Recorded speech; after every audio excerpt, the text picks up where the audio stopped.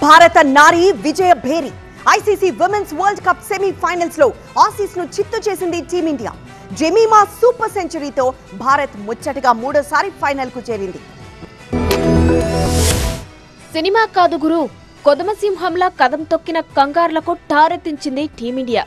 ముంబై వేదికగా జరిగిన women world cup semifinals లో ఆసీస్ ను చిత్తు చేసింది టీమిండియా. ఆట కాదు, వేటాడినట్టుగా ఆసీస్ బౌలింగ్ ను చీల్చి చెండాడారు. ముఖ్యంగా జెమీమా సెంచరీ చేసిన తీరు సూపర్ సూపర్. ఇక హాఫ్ సెంచరీతో Harmanpreet Kaur captain innings మరో హైలైట్. ఓటమి లేదనుకున్న ఆస్ట్రేలియాపై 5 వికెట్ల తేడాతో భారత్ ఘన విజయం సాధించింది.